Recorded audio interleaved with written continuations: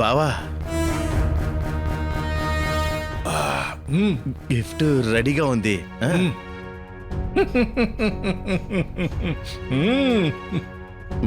బావా,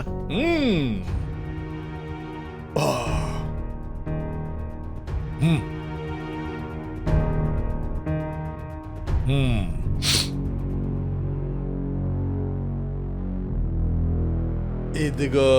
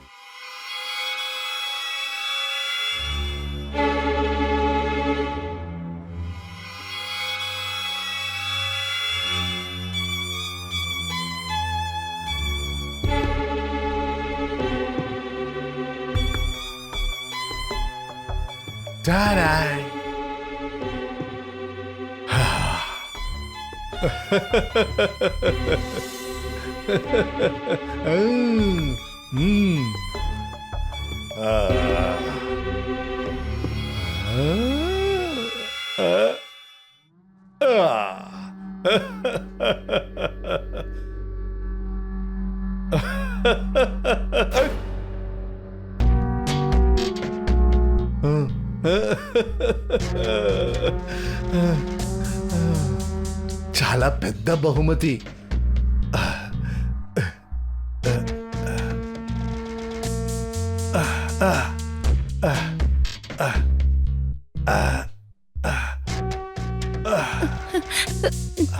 ఏంటి మావయ్య, మీరు ఈ టైంలో ఎక్కడ ఏం చేస్తున్నారు?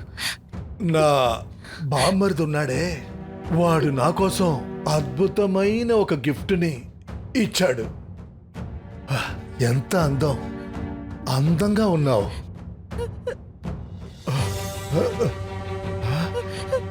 ఆగాగాగు, ఎక్కడికి వెళ్తున్నావు? అరే ఆగు, శోభనం చేసుకుందామనే వచ్చాను. అరే ఏంటి పారిపోతున్నావు? ఆగు. అరే ఆగమంటున్నానా? అరే ఆగు. అరే ఆగు, ఎక్కడికి వెళ్తావు? అరే అరే అరే ఎక్కడికి వెళ్తున్నావు నువ్వు? అరే ఎక్కడికి వెళ్ళలేవు, ఇక్కడే నీ పని ఈ రాత్రితో అయిపోతుంది. అంతే. అరే ఎక్కడికి పారిపోలేవు. ఏమండి,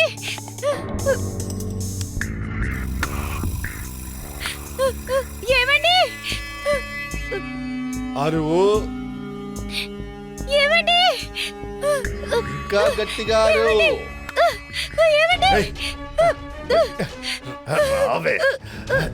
ఏంటేని? కూర్చో కూర్చో కూర్చో. కదలకు. నువ్వు నా యొక్క గిఫ్ట్వి. భయపడకు భయపడకు భయపడకు. నువ్వు ఒక్క నిమిషం. హేయ్, నిన్ను ఏమిటి ఎందుకే అరుస్తున్నావు?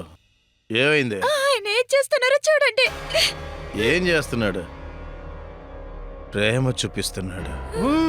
అరే, అతను నా ప్రియమైన బావ, భగవంతుడు లాగా. మా వంశంలో ఒక అలవాటు ఉంది. ఏ మంచి పని చేసే ముందు భగవంతుడికి అది ప్రసాదంగా పెడతారు. ఇప్పుడు అర్థమైందా? అదేంటిది? రమేష్ ఇంట్లో లైట్ వెలుగుతుంది. రమేష్, ఓయ్ రమేష్! లెగో. వదలండి. వదలండి.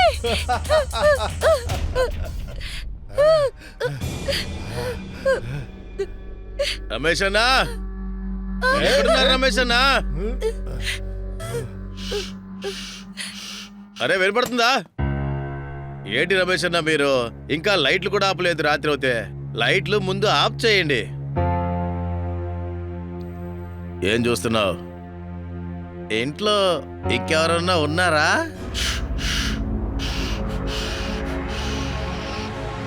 ఆగు, ఇక్కడే ఉండు.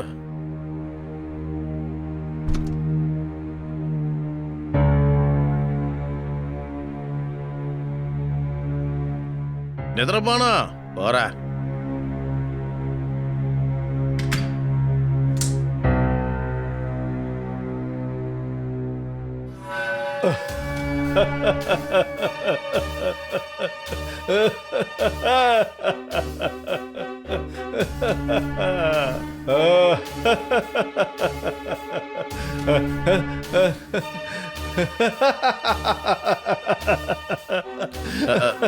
బావా,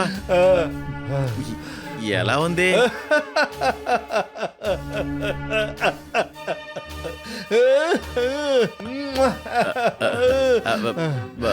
బావా, ఇప్పుడు నేను వెళ్ళనా?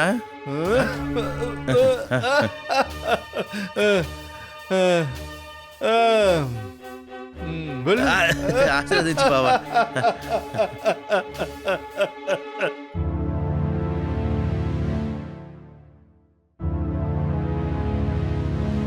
అరేరే, బావ నాకు సగం పని ముగించి పెట్టాడే.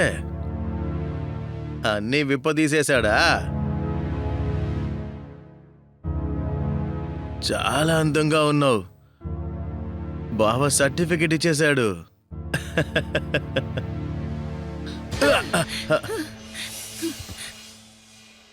నీతో నేను బతకనురా. నువ్వొక మృగం. ఎక్కడికి వెళ్ళాలో ఎల్లు, కానీ ఇలాగే వెళ్తావు. ఒరే ఆగరా, ఆగు. ఏం చేస్తున్నావు? అది నీ పెళ్ళవురా.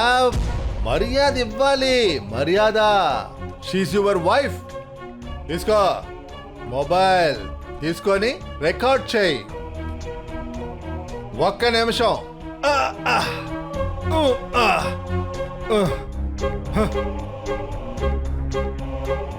రెడీయా బావా? రెడీ. ఏంటి, సిగ్గుగా ఉందా? సిగ్గుపడక ఇంకా ఇంకేముంది నీ దగ్గర? అంతా ఇందాక తీసేసుకున్నానుగా. నేను ఇందాక తాగిన మత్తులో ఉన్నాను, కానీ నువ్వేమీ మత్తులో లేవు కదా. నీకు నీ మొగుడెవరో కూడా తెలీదా? నీ యొక్క భర్త ఎవరో తెలీదా? నేను నీ కాళ్ళ మీద పడతాను, ఇది ఎవరికి చెప్పకు.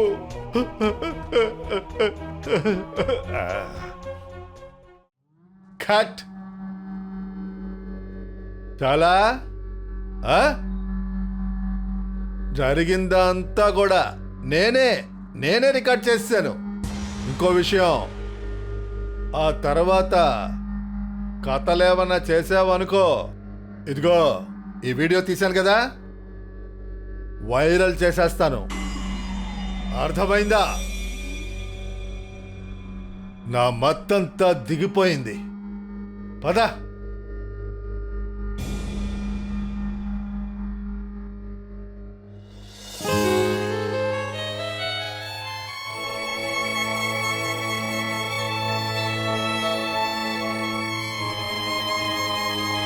నన్ను వదిలే నేను వెళ్ళిపోతాను.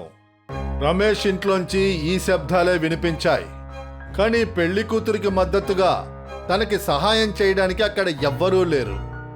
నమస్కారం, నేను గిరీష్ జైన్. ఈ క్రైమ్ అలర్ట్ లోని కొత్త ఎపిసోడ్ లో ఇవాళ మీకు ఒళ్ళు గగ్గురు పుట్టించేటువంటి నిజాల్ని చూపిస్తాం. ఒక అమ్మాయి తండ్రి ఇంటిని వదిలేసి మావగారి ఇంటికి వస్తుంది. ఏ నమ్మకంతో? అక్కడ భర్త ప్రేమ దొరుకుద్ది అన్న నమ్మకంతో.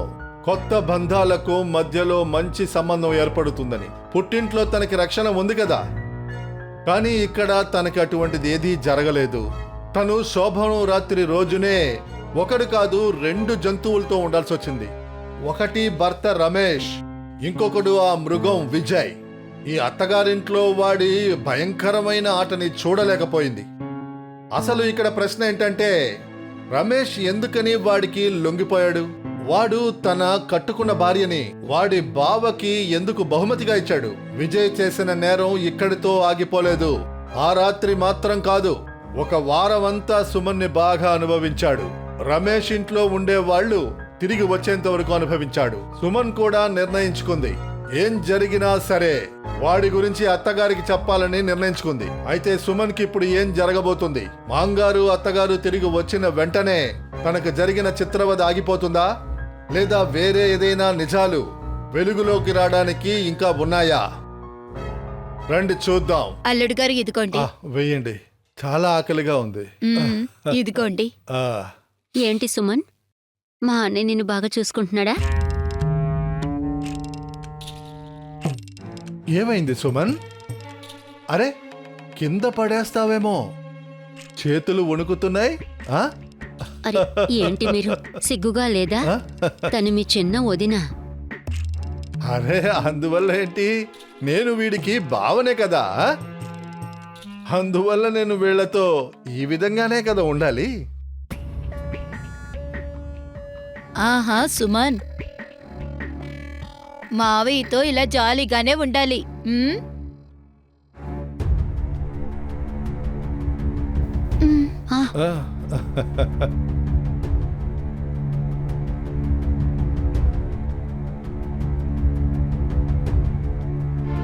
అక్క, నేను మీతో కాస్త మాట్లాడాలి.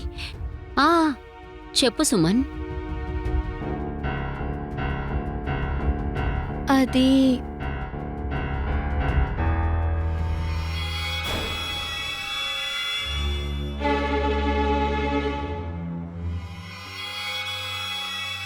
ఎక్కువ కథలు చూపించావనుకో, ఈ వీడియో ఉందే దాన్ని వైరల్ చేస్తాను. అరే చెప్పు సుమన్, ఏంటి విషయం?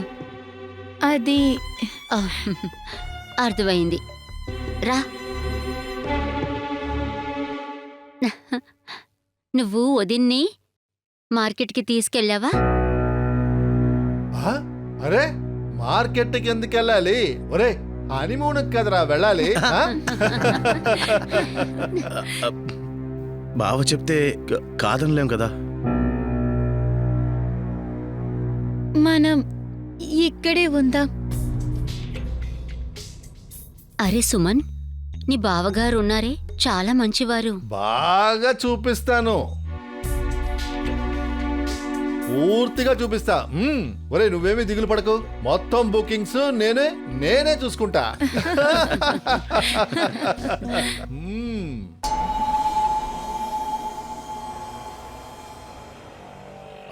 గుప్తా గారు, ఇంతవరకు పనులన్నీ మీరే చూసుకోండి.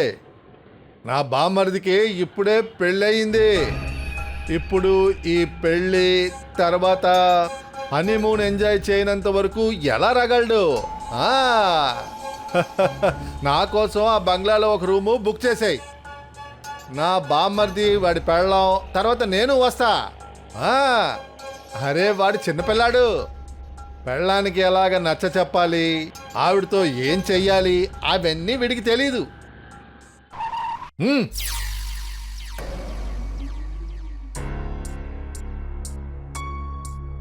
ఏంటి బావా, ఫస్ట్ నైట్ మాత్రమే కదా అనుకున్నాము. అంటే ఏమంటున్నా అంటే ఆ తర్వాత సుమన్ నాకే కదా. ఎందుకురా ఆటోని ఆపేసావా? ఆటోని ఎందుకు ఆపావు? ఇదేమన్నా మీ బాబు సంపాదించిందా? దీని ఖరీదెంతో తెలుసా? ఆ? కానీ కానీ బావా, నేను ఒక్కసారి కూడా సుమన్ని ఏయ్, జీవితాంతం నీ సుమన్తో నేను తిరగబోయేది లేదు. 2-3 హనీమూన్స్ అయిన తర్వాత వదిలేస్తా. తర్వాత నువ్వే చూసుకో. ఏంట్రా చూస్తున్నావు? ఆటోని వదిలేయమంటే వదిలేస్తావా? వదలవుగా. రోడ్డు చూడు, ఆటో నడుపో, హనీమూన్కి సిద్ధమవు. అరే పోనీరా, పోనీ.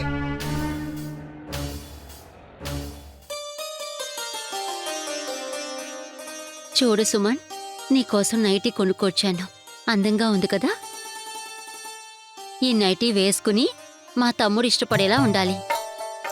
చూడ్డానికి అందంగా ఉంటావు, ఒక సినిమా హీరోయిన్ లాగా. ఈ నైటీ మీ బావ సెలెక్ట్ చేశారు. ఆయనే అన్నారు ఇది సుమన్కి అందంగా ఉంటుంది అని. అక్క, అది నేను మీతో ఒక విషయం చెప్పాలి. సుమన్ చెప్పు, ఏమైంది? అది అది అది మావయ్య ఉన్నారుగా. మీ బావగారు ఊరికే అలా ఇలా మాట్లాడితే నువ్వు క్షమించి వదిలేసేయి. ఊరికే వేళాకోళం చేస్తాడంతే. కానీ నిజంగా చాలా మంచివాడమ్మా. లేదక్కా, అది కాదు విషయం. ఏమైందమ్మా? నా అల్లుడి గురించి ఏంటి కంప్లైంట్ చేస్తున్నావు? ఉండమ్మా, సుమన్ మాట్లాడనివ్వండి, ఏదో చెప్పాలనుకుంటుంది. నోర్మయ్, నీకు తెలుసు కదా మీనా, అల్లుడు గురించి ఎవరో ఒక మాట మాట్లాడకూడదు. అది నీకు కూడా. ఎందుకంటే ఇంటికి కొత్తగా వచ్చాగా. ఒక విషయం బాగా తెలుసుకో. ఈ ఇల్లుంది కదా, ఇది ఆయన పాలనలోనే జరుగుతుంది. రమేష్ వాళ్ళ నాన్న చాలా అప్పులు తీసుకున్నారు. అల్లుడు కానీ లేకపోయి ఉంటే మా పరిస్థితి ఏమై ఉంటుందో. ఆయన దేవుళ్లాగా వచ్చారు. అందుకనే చెప్తున్నా, అల్లుడు గురించి ఏదన్నా చెప్తే నాకు కోపం వస్తుంది. అర్థమైందిగా? అది సరే గాని ఇక్కడుండి నువ్వేం చేస్తున్నావు? లేట్ అవుతుంది కదా, మావయ్య వాళ్ళ ఇంటికి వెళ్ళవా? నాతో రా.